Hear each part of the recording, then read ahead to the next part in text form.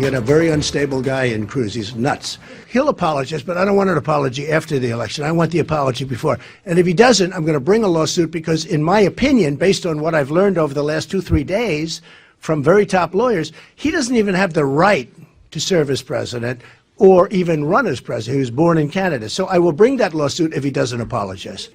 Donald Trump in South Carolina yesterday stirring up controversy, calling Ted Cruz unstable, threatening legal action against the Texas senator. Really, all the Republican candidates scrambling for support in South Carolina for the upcoming primary there on Saturday. But the question still remains, has the Donald finally gone too far?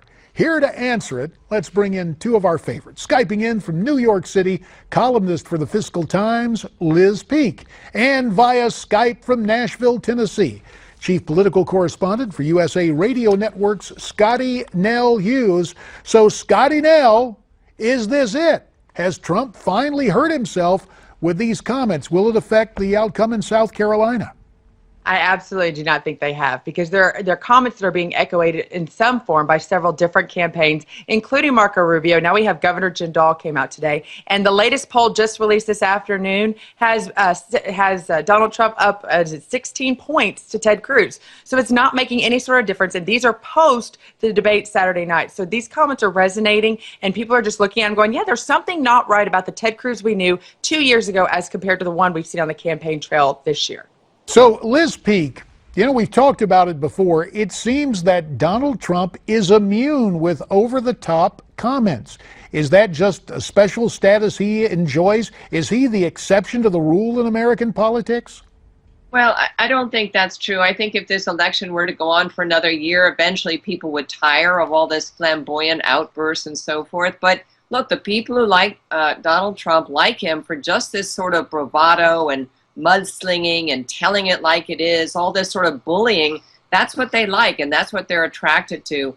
I have to say, I thought that the debate might cut into that. I thought the attacks on George W. Bush and really repeating moveon.org lines, as other people have said, I thought that might hurt him. I think all of this stuff will eventually hurt him, but it hasn't yet. And the polling, exactly right, has yet to confirm any sort of softening of his standing. So, Scottie, now we could tell by your expression earlier, you take exception to what Liz has said. I absolutely do. It might not be the same thing that's being said by the establishment that has built the last two campaigns off of elitist and then moved out to try to get the base. This is being based on what middle America, Main Street is saying, and there are questions. Now, I'm not one of those to put the 9/11 on George W. Bush. I put it on Clinton and Bush because we never saw anything post 9/11 to close down our borders. And that same justification that George W. Bush kept us safe, that Jeb keeps pushing, would be, if we were able to use it today, would mean that Barack Obama is keeping us safe. And I just don't think Americans today feel safer today than before Barack Obama got in office either. Well, let's talk some about the Democrats. A former president, Bill Clinton, on the stump for his wife Hillary in Florida yesterday, confronted by Trump supporters at the rally. He responded by pointing out past support from Trump for the Clintons. And he also had this interesting take on illegal immigration and as a rejoinder to one of the hecklers. Let's listen. If you want to build a wall on the Rio Grande River and you want to send the 11 million immigrants home, then you should follow him like Moses into the promised land.